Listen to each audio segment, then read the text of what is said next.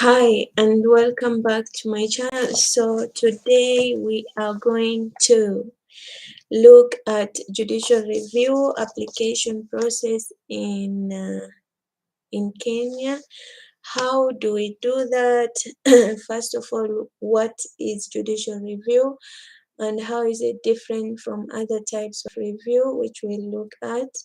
We'll also look at the documents that are required to be filed when someone is applying for judicial review. We'll look at the timeline within which one is required to apply for judicial review, the process, whether a leave is required to be obtained before one can make the official application. We'll look at whether the leave can be extended.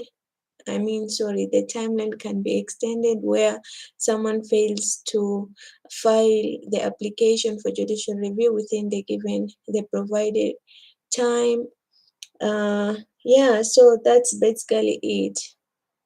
I'm already feeling very excited about this. So what is judicial review? So judicial review is simply when you are asking a court for 3 types of orders: for certiorari, mandamus, and prohibition. These orders are about prohibiting someone from going on with their action or omission when they're trying to do something. Someone in administrative authority, a public servant, someone who is working for the government, someone who is holding a public position, and the acts or laws that regulate judicial review process and explain the rationale behind them are the Fair Administrative Action Act, Article 23 of the Constitution of Kenya, of course, being the primary legislation. Let's see what the article says.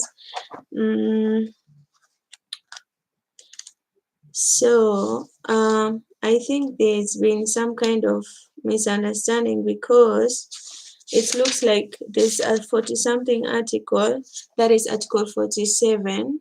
Yeah, so sorry about the confusion. 23, which really is this Article 23?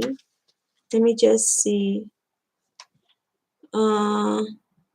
Really, sometimes you find pleadings that have been written and I don't know, they don't make oh yes, sorry. So Article 23 goes for sub-article 1F, that is an order of judicial review. The High Court has jurisdiction, so it provides for the jurisdiction of the High Court to hear matters, to hear applications for judicial review. So that is the inherent or what do you call authority of the High Court. So it's true. So while you are trying to make an application for judicial review, you would quote these laws that are providing for it or that are sustaining it. So one being the primary legislation, the Constitution of Kenya 2010, you would say in the matter of the Article 23, 1F of the Constitution, that is the High Court being having jurisdiction to hear an application for judicial review. Then you would say also in the matter of the Fair Administrative Action Act, that also, before you go there, you quote Article 47 of the Constitution, fair administrative action. So every person has the right to fair administrative action that is expeditious, efficient, lawful, reasonable, and procedurally fair. If a right or fundamental freedom of a person has been or is likely to be adversely affected by any administrative action, the person has the right to be given written reasons for the action. Parliament shall enact legislation to give effect, which is the Fair Administrative Action Act, that has given all the due process to be followed when someone has been aggrieved by the actions of an administrative officer or someone who is in authority. Okay, all right. Good. Also, this Article 47, Subarticle 3A, the Parliament will also provide legislation that prescribes for review of administrative action by a court, which is the Fair Administrative Action Act. So you would, in your document or in your application, you would quote these laws. You would say, in the matter of Article 23, 1F of the Constitution. So 23, 1F of the Constitution of Kenya, that is High Court has jurisdiction. So when you are drafting in an exam situation, you don't write in the Chief Magistrate's Court. We both know that the High Court under Article 23 is the one that has been given the jurisdiction to hear an application for judicial review. So you would quote Article 23 1F, you would quote Article 47 of the Constitution, being the one that provides for the fair administrative action, the right of every individual or civilian to fair administrative action. Okay, then you will also quote the Fair Administrative Action Act of the right 2015. If you don't remember the specific article, the sections, you can just quote it like the act. So Fair Administrative Action Act, okay,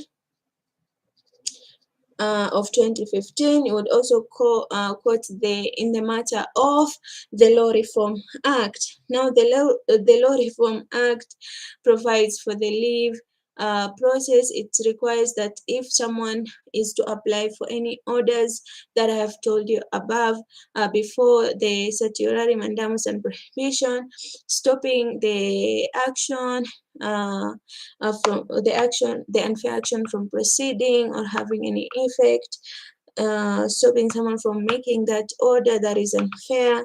So all those orders, they have to you have to be granted leave.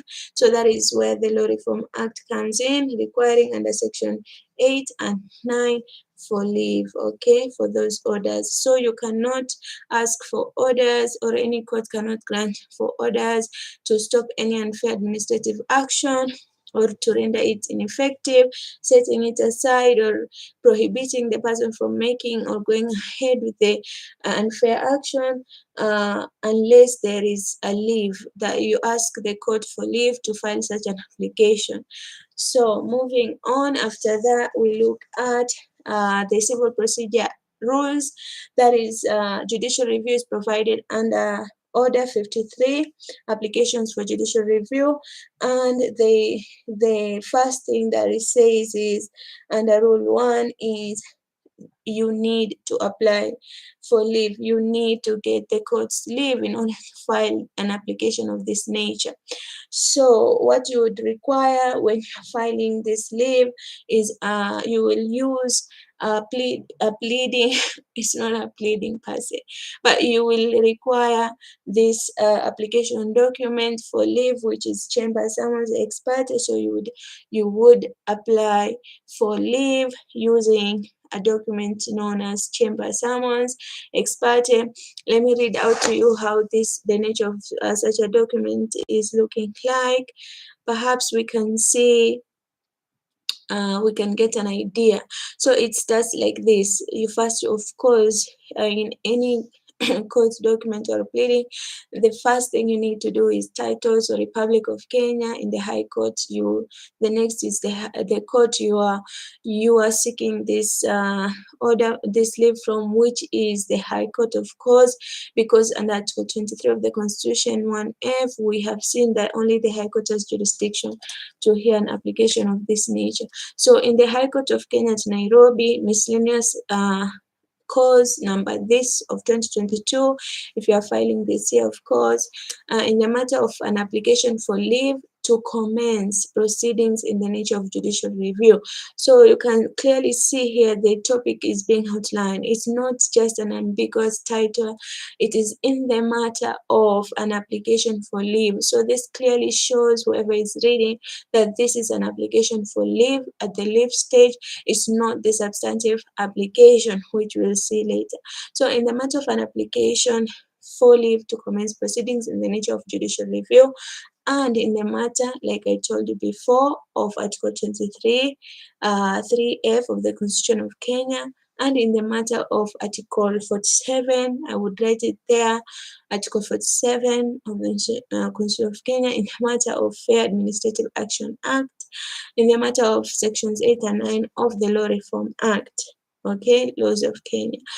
Between, that is the next phase, or between the applicant, let's say it's me, so the applicant here is Sungura Msafi, the first applicant, and the respondent here being the let's say the respondent being the chief land registrar. Okay, maybe I am complaining about my title, okay, and how the registrar maybe failed to register, or maybe gave my title away, or failed to remove a caution or something that I feel aggrieved by his action. So moving on, chamber summons, you indicate the order in brackets that is allowing you to proceed with this application for leave, which is pursuant to Order 53, Rule 1 and 2 of the Civil Procedure Rules. This section is not mandatory when you are drafting an exam situation, but you won't be penalized, but it is recommended to please. It won't be penalized in a court situation. No application will be stricken out for failing to write this pursuant to order this or this quoting order. But please do remember that we are students, so we learn, and yes, they will get a mark for this, obviously, exam. So please indicate pursuant to Order 53, Rule 1, 2 of the Civil Procedure Rules. Now, the fashion that a chamber summons ex parte comes in is very particular. It starts with "let all parties concerned," and you can see here that it is in bold and underlined. So the first four words, "let all parties concerned," in bold and underlined, attend the learned judge in chambers on the, let's say, 15th day of April 2022 at 9 o'clock in the forenoon. Forenoon means morning, or soon thereafter, when the counsel for the applicants may be heard for orders. Orders is in capital letters with followed by a colon. Then he starts giving he starts outlining the orders. Order 1, that this matter be certified as urgent. Order number 2, that leave do issue for the applicant to apply for. So you list for the orders that you want. So an order, this person has listed to apply for an order of certiorari to remove into the honorable court and quash the decision. So an order of certiorari is to remove into the honorable court and quash. You state the what you want to be quashed. If it is a charge that has been unfairly put against you, okay. If it is a decision made by a court that is unfair, so you state that, okay, to quash this, the order, the decision, whatever. Then order number 2, an order of prohibition directed towards the respondent from, an order of prohibition prohibiting the respondent from. So this is a positive as well as no, this is a negative. So it's an order directed towards the respondent, forbidding them or stopping them from doing something. So you say, you state what you want them, okay, to stop doing. For example, undertaking further disciplinary action against the applicant, or if in case of a criminal matter by the prosecutor, say from prohibiting the DPP from placing charges against the accused. So moving on to the other type of order this person is seeking is an order of mandamus directed to the respondent to compel them to state what you want them to be able to be forced to do. For example, release the accused, dismiss the case against them, maybe, I don't know really, set aside the judgment, stay the execution, I don't know, but you can get the idea of what you want. So an order of mandamus is positive, you want the person to be forced to do something.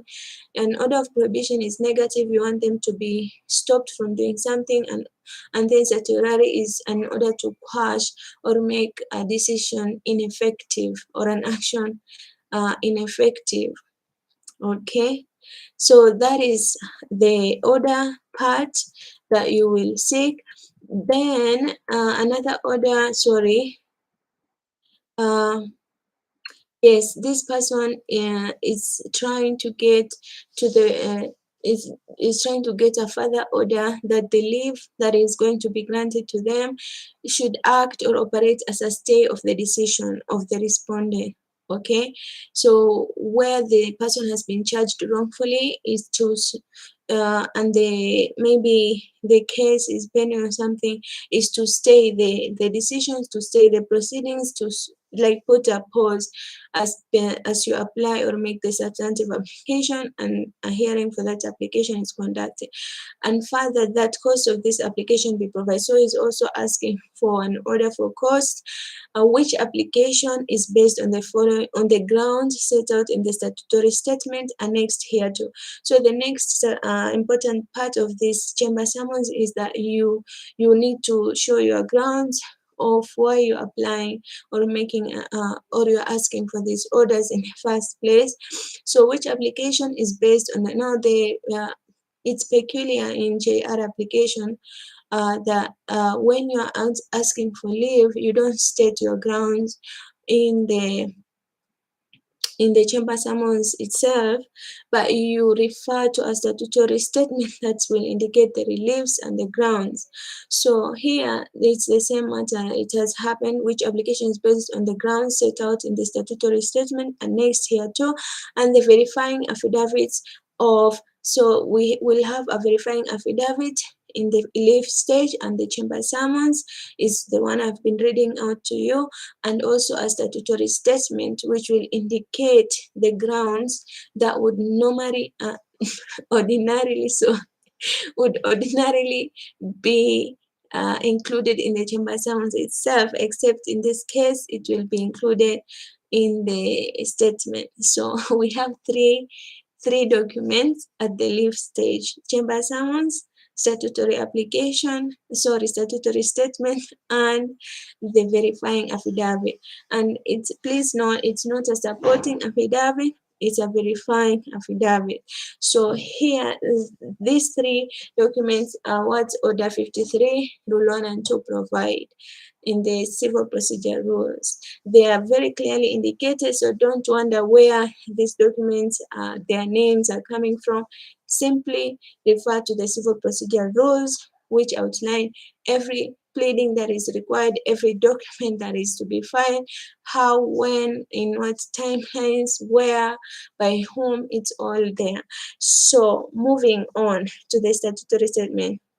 So remember, before that, you date the you date your chamber summons dated at Nairobi this day of this 2022, and then you of course sign as the advocates for the applicant. So if it's in my case Gadamfar and Company advocates for the applicants, then you move forward and you say drawn and filed by you, of course, me, Gadamfar and Company advocates, Eco Bank Towers, that in Flow, Kimani Street, Nairobi, to be served upon. So when it comes to be served, I'm very conflicted here, because normally this the civil procedure rule says the application of leave is to be,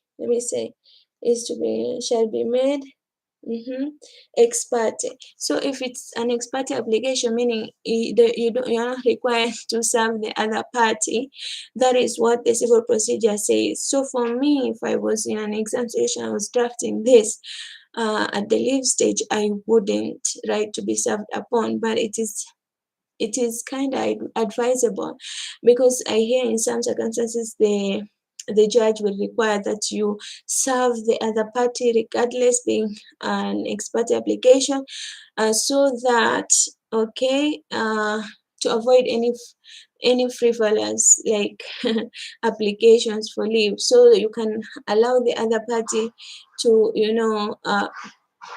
to know exactly what is being filed against them. And of course, when it comes to the government, when you're filing for judicial review, I think you need to notify. Is it if it's the AG? I don't know. Yeah, I think so, but I'm not sure. But any application we know against the government, the AG is the one who's normally has to be notified, whether it's a petitioner filing against the government, any government department that would require like 30 days notice. So it's just the practice in Kenya. So this thing of to be served upon, that is that. It's up to you to decide whether the judge will require you to serve it or not. Is up to that time. So moving on to the statutory statement we talked about, which would contain the grounds upon which you are seeking for leave to file the JR or judicial review application, as well as the reliefs that you are seeking. All right, so Republic of Kenya and the High Court of Kenya at Nairobi, miscellaneous court number this of 2022 in the matter of an application for leave to commence proceedings in the nature of judicial review and in the matter of Article 23, 3F of the and 47 of the Constitution of Kenya, in the matter of the Administrative Action Act, in the matter of the Law Reform Act. All right. Sungura Msafi applicant, and you can say the DPP or the Chief Lands Registrar as the respondent, whoever is you are aggrieved by. And also remember, with the enactment of the Fair Administrative Action Act, it's no longer just the public officers or public positions or civil servant that you're going to file a JR against. Even private businesses, employers, corporations, you can serve against. Maybe if your employer, I don't know if you could do this. I don't know really if you could go before an employment court to for unfair dismissal through this method of judicial review. I'm not sure, but just know that it's both public and private institutions or officers or people in authority. It's not just public. Now, the statutory statement is pursuant to Order of Course 53, Rule 1, 2. So the order is sustained. Still Order 53, Rule 1 and 2. Names and description of parties. Interestingly, that is how it starts. Names and description of parties. Number 1, the applicants are Sungura Msafi. Okay, the applicants are Sungura Msafi and Mandazi Maharage. Okay, the applicants are Kenyan adults of some mind residing and working for gain in Rongai City within Nairobi County. The applicant's address for purposes of this suit shall be in the care of Gatamfar and Company Advocates, EcoBank Towers, 13th floor, Kimathi Street, PO Box, this, Nairobi. Then number 2 is reliefs sought. So you can clearly see here, we start with the description of parties like you would in a petition. All right, or in a plaint or in any pleading. Then you move to relief sought. That is an order of certiorari to remove into. So you just repeat what you said in the chamber summons. Just copy paste an order of certiorari to remove into the honorable court and quash the decision of so and so. An order of prohibition to stop so and so, okay, to prohibit them from doing so and so, okay. Then you move to an order of mandamus directed to compel so and so to do this. Okay, that is that. Grounds. Number 3 is grounds. Grounds upon which the reliefs are sought. You indicate 1. The decision of the respondent to charge the applicant is vexatious. So here we are supposing the applicant, the respondents are the DPP, Director of Public Prosecutions, maybe also the Inspector General of Police. So the decision of the respondent to charge the applicant is vexatious. That is one of the grounds, by the way, for filing judicial review under the Fair Administrative Action Act. Any action that is vexatious, any action that is unfair, any action that is abuse of power, any action that is, all those things you can think about, okay? Put them there. So the decision to charge the applicant is flawed in law for lack of legal basis, okay? The respondent considered irrelevant factors on arriving at the decision to charge the applicant. The respondent has acted in bad faith in his decision to act to charge the applicant. The respondent is abusing the powers or her powers by preferring the charges against the applicant.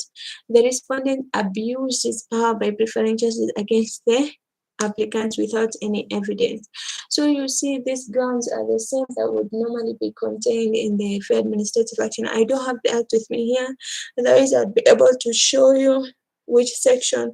You can just quote there and make sure everything is neat and tidy. So those are the grounds. So a statutory statement, you just simply start with description of the parties, who are the applicants, okay, who are the applicant, their address of service, okay, then you move to reliefs sought, okay. Reliefs sought, it's simply the orders that we know of JR, certiorari, mandamus, prohibition. Then you move to the grounds. The grounds are also quite known. It's not anything strange. Those I've mentioned are acting in bad faith, abusing power, all those things, vexatious, whatever. Where you are saying that someone has delayed to do something, okay, and a public servant has delayed maybe to act in reasonable amount of time, the court will look at the reasonable time period, okay, for them to have acted. So this one is kind of a bit technical, but for the rest you can just jump them right there and wish yourself luck. So dated at Nairobi this day of April 2022. Then you, of course, the advocates for the applicant, that is Gaddafi and Company Advocates, drawn and filed by Gaddafi and Company Advocates. You state my address there to be served upon. Clearly, this person left the place blank. But as I said, in the leave stage, I don't know whether they say the judge might ask you to serve the party, even if it's an ex parte application. But being an ex parte, I don't think I would do that. So for me, I don't think I would in an exam situation. So moving on, Republic of Kenya and the High Court of Kenya, Nairobi, miscellaneous, that is the verifying affidavit, which is the last document here. Will be filing in the leave state. So Republic of Kenya and the High Court of Kenya, Nairobi, miscellaneous cause number this of 2016, in the matter of an application for leave to commence proceedings in the nature of judicial review, and in the matter of Article 23, 3F and 47 of the Constitution of Kenya, in the matter of the Administrative Action Act, in the matter of Sections 8 and 9 of the Law Reform Act, between Sungura Msafi, applicant, Mandazi Maharage, second applicant, and can say the DPP, the Inspector General of Police, as the respondent. Verifying affidavit. Pursuant, the order is still the same, 53, Rule 1, 2. Comprende? Then you say, of course, as in the nature of an affidavit, now remember the affidavit is in the name of the applicant, so it's not the advocate. I, Sungura Msafi, okay, resident of Rongai City within the Republic of Kenya, and post office box number this in the said republic, do hereby make oath and state as follows. Number one, that I am the first applicant in this matter with the knowledge of the facts attending to this case. Hence, I am competent to swear this affidavit. That is very well, sir. Okay.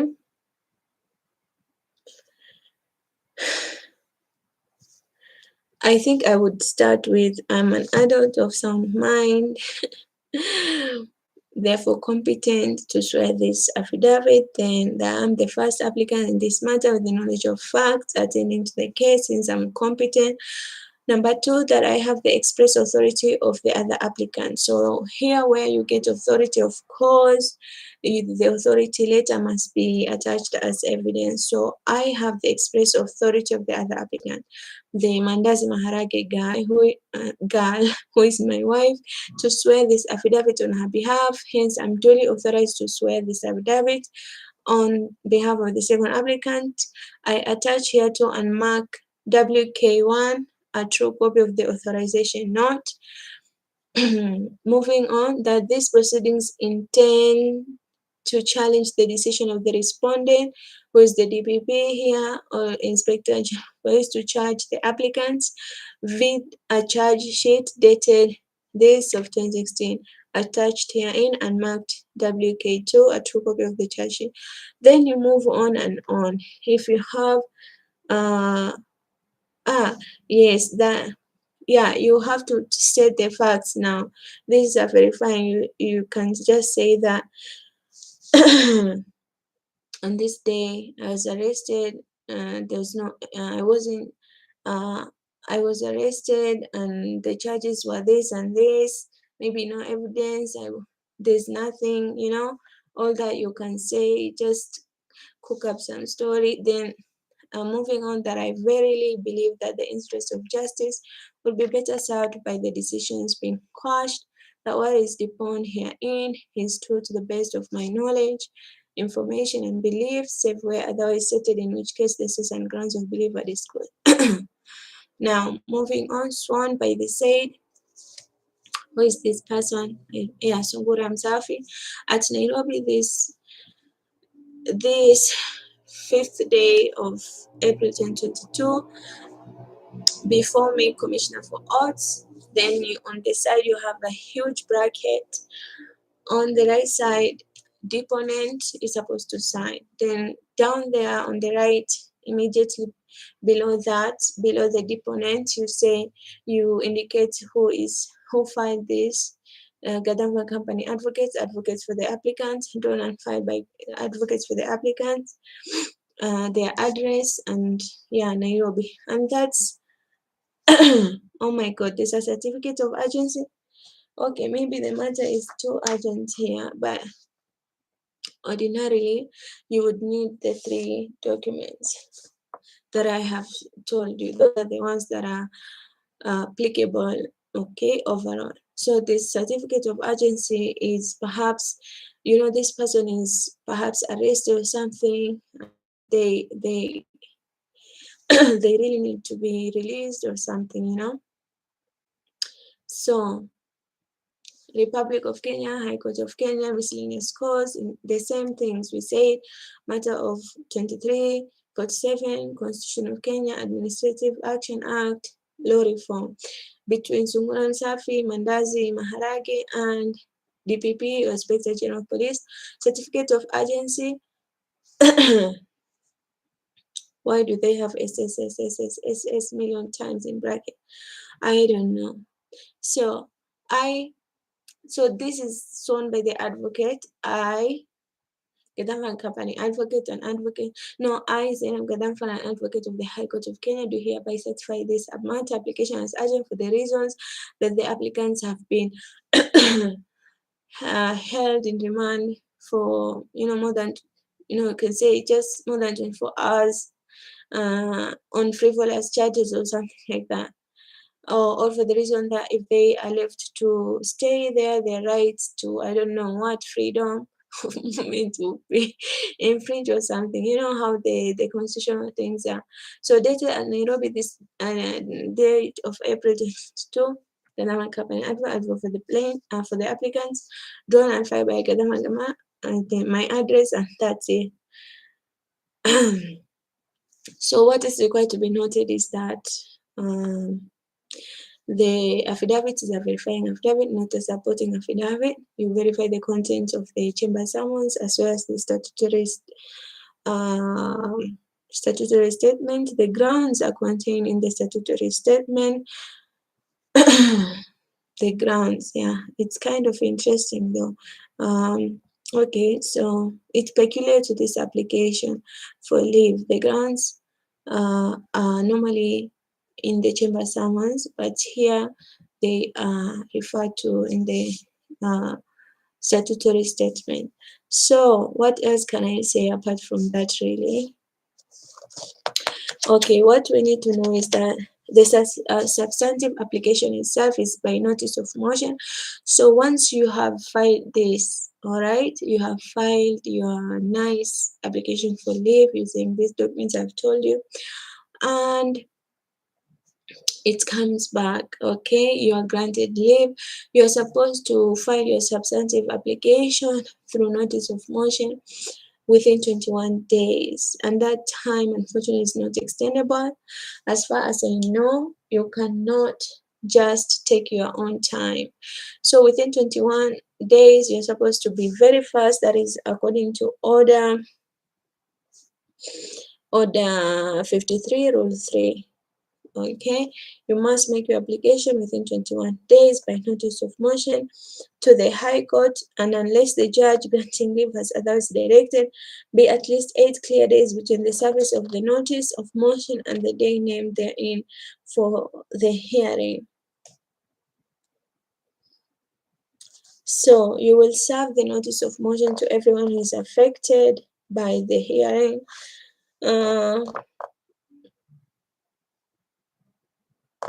Yeah, and this application of notice of motion will be accompanied by an affidavit giving the names and addresses and the place and date of service on all persons who have been served with the notice of motion. An affidavit giving the names and addresses of and the place and date of service on all persons who have been served with the notice shall be filed before the notice is set down for hearing. And if any person ought to be served under the provisions of this rule has not been served, the affidavit shall state that fact. So, if on the hearing is that any person ought to have been served, whether or not it is upon ought to have been served, the High Court may adjourn the hearing. So, copies of the statement accompanying the application for leave shall be served with the notice of motion. And copies of any affidavit accompanying the application for leave shall be supplied on demand, and no ground shall subject as hereafter in this provided be relied upon at any lecture at the hearing of the motion except the grounds that are stated in the statutory statement. So make sure that any relief you want is stated clearly. Don't omit anything in the statement, because you cannot be granted any orders or reliefs that you haven't asked for. Our lecturer says God can grant you something you haven't prayed for, but the court cannot grant you something unless you ask for it. Okay.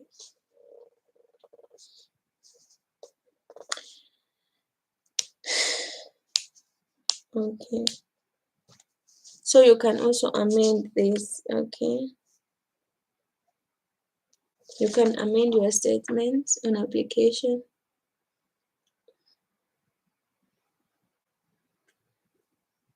So evidence here is by way of affidavit, okay, in this application. And the applicant shall have right to begin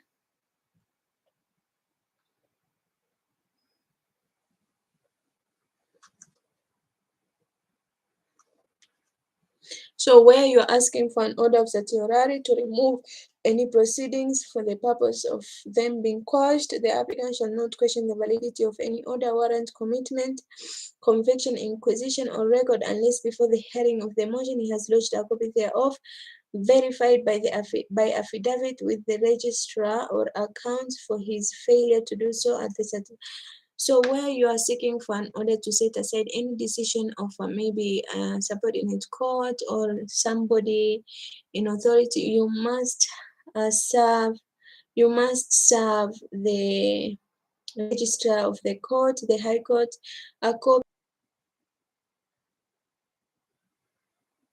Yeah. So that is about it. That's all you need to know. I don't know what else I've left out. Okay.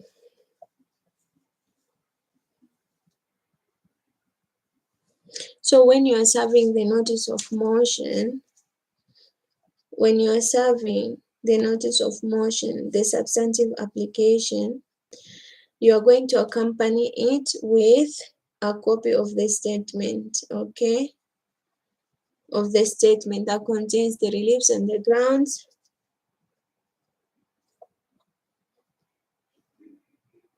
and the verifying affidavit. So you are serving all these, okay?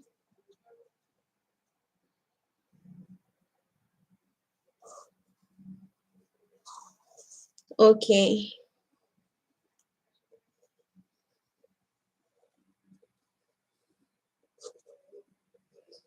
So also, I don't know, I'm not sure whether your substantive application is followed by a further supporting affidavit, or whether the verifying affidavit will be sufficient, the one you used in the leave stage. But here I see that there's a further affidavit you're going to file, that is affidavit of service. So you file an affidavit of service showing the people you have made service to, their addresses, So an affidavit of service you must serve before it is heard, before the application is heard. Okay, and if any person who is supposed to be served claim they were not served, okay, the judge will adjourn the hearing to a later date in order that the notice may be served on that person. Okay, so it's very important. And if somebody else comes in saying that they are affected by these proceedings, they were a party, maybe they're supposed to be served and they were not, they are allowed to partake in the proceedings even if they had not been served. So that is all we need to know. Order 53 is your magician here. In an exam situation, you would refer to that, okay? All right, so yeah, that is the leave stage. We know the documents, we know what is contained in a statutory statement, the grounds of JR application, the grounds and the reliefs that you are seeking. The reliefs are just copied orders on your chamber summons, okay? The normal 3 orders. Verifying affidavit simply states that the contents are credible, they are true and authentic,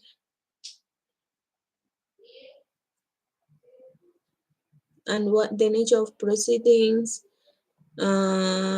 yeah, what is here, what is deponed is true to the best of my knowledge and belief, or whatever. That is the language, it never changes. Okay, so my dears, that is JR for you. I mentioned that I would tell you the difference between JR and judicial review, that is, and the normal review. Now, the normal review, there is 2 types of review. There is review and judicial review. Now, review is simply when you are seeking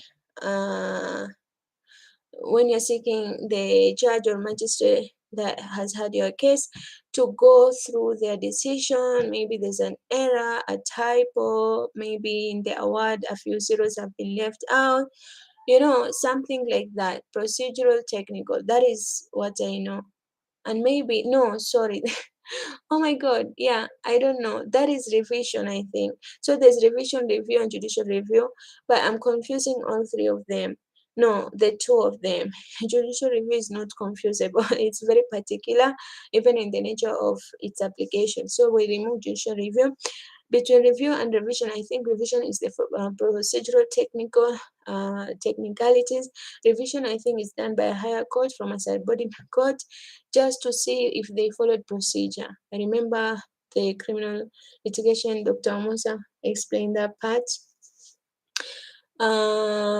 Yeah, so and review is when under civil litigation, review is when you go to the same court and the same judge and ask them to review a case, maybe because new evidence has come up. Okay, and there's new evidence. Oh my God, I have the rules here, but I don't understand why I'm not referring. Let me just refer. So there are certain conditions when you want to review a case that has been heard, whether there's new evidence that was not available before. I remember something like that. Let me just check. I don't want to make any guesses here. Yeah, that is under page 80. Let me just see. This is the normal review. So that is where are you? Come on, come on, come on, stay, come on. Part 9. That is part 9. Interesting.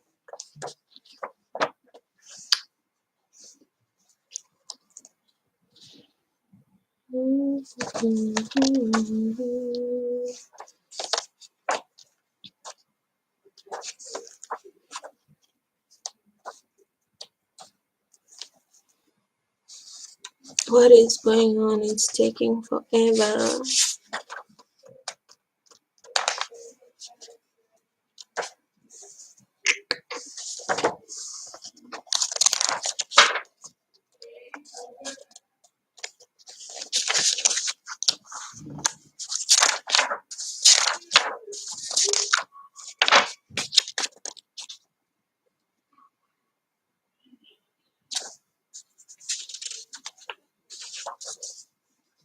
Okay, why is this taking forever? I'm really pissed.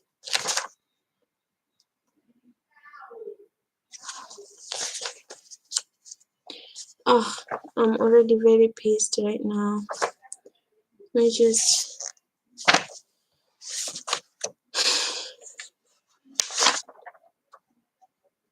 I can't see it. Part 9, I just can't see it.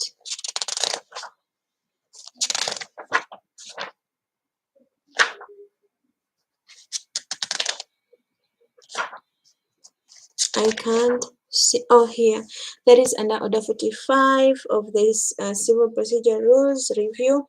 Application for review of decree or order. So where a case has been heard, okay, and a decision has been made, but you want the same judge, same court to review their decision. Any person considering himself aggrieved by a decree or order from which an appeal is allowed, but from which no appeal has been preferred. So if you don't prefer to go for an appeal, but you wish to review that decision, or you are aggrieved by a decree or order from which no appeal is hereby allowed, and who from the discovery of new and important matter or evidence which, after the exercise of due diligence, was not within your knowledge or could not be produced by you at the time when the decree was passed or the order made, or on account of some mistake or error apparent on the face of the record. So the thing about mistake and error, I was also correct. Where there's a typo, a few zeros been left out of the award, something like that. So that also qualifies. any errors, or mistakes, emergence of new evidence which was not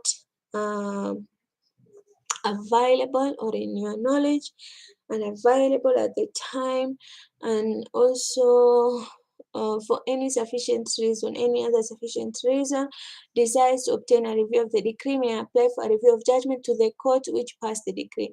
So the difference between review is that it's made to the same judge and the same court. The difference between that and judicial review, that judicial review is normally any decision apart from a court decision made by any administrative body or person acting in that authority that you are aggrieved by. So you move to the High Court because the High Court and Article 23 3F has jurisdiction to hear an application for judicial review, not any other court, as far as I know. Okay. So those are the differences to the same judge, and that is to the High Court. Also, there are certain conditions that you must qualify for review. A new emergence of new evidence which was not in your knowledge at the time the decree was made and which was not available. Okay. Also, on account of any mistake or apparent error on the face of the record. Okay. Those are the reasons that you would apply a review. A party is not appealing from a decree or an order may apply for a review of judgment notwithstanding the pendency of an appeal by some other party except where the ground of such appeal is common to the applicant and the appellant, or when being responded, he can present to the appellant's court the case on which he applies for the review. To whom applications for review may be granted. For an application for review of a decree or order for a court upon some ground other than the discovery of such new and important material evidence as is referred to in the Rule 1, or the existence of a clerical or arithmetical mistake, that just is the one I say about missing out zeros from the word, or error apparent on the face of the decree, shall be made only to the judge who passed. So to whom is the application for review made? It is to the same judge who passed the award. Okay. If the judge who is not there, okay, or is not attached to that court, it can be held by the one who is attached in the same position to that court. If the judge who passed the decree is still attached but cannot be available for a period of 3 months, next after the application is lodged, the application may be held by any such judge as the Chief Justice may designate. When court may grant or reject the application where it appears to the court that there is no sufficient ground for a review, to reject, okay, to dismiss. Where the court is of opinion the application for review should be granted, it will grant, provided that no such application shall be granted on the ground of the discovery of no material evidence to the applicant was not within his knowledge or could not be adduced by him when the decree or order was passed on without strict proof. So the burden of proving the emergence of new evidence which was not in your knowledge and which you could not have provided, okay, is upon you as the applicant. You need to discharge this burden of proving that the evidence could not have been obtained by that time and it was not within your knowledge. Application where more than one judge hears, where the application for review is held by more than one judge and the court is equally divided, the application shall be dismissed. Where there is a majority, the decision shall be according to the opinion of the majority. So rehearing upon application, when an application for review is granted, a note thereof shall be made in the register, and the court may at once rehear the case or make such order in regard to the rehear. So once the court allows or approves an application for review, the normal review, they will proceed to rehear afresh. So that's it. That's the difference between the normal review and the order 45. That is order 45. And the other one is order judicial review is order 53. Don't get them mixed up. Bye. Thank you. Enjoy yourself. Ta-ta.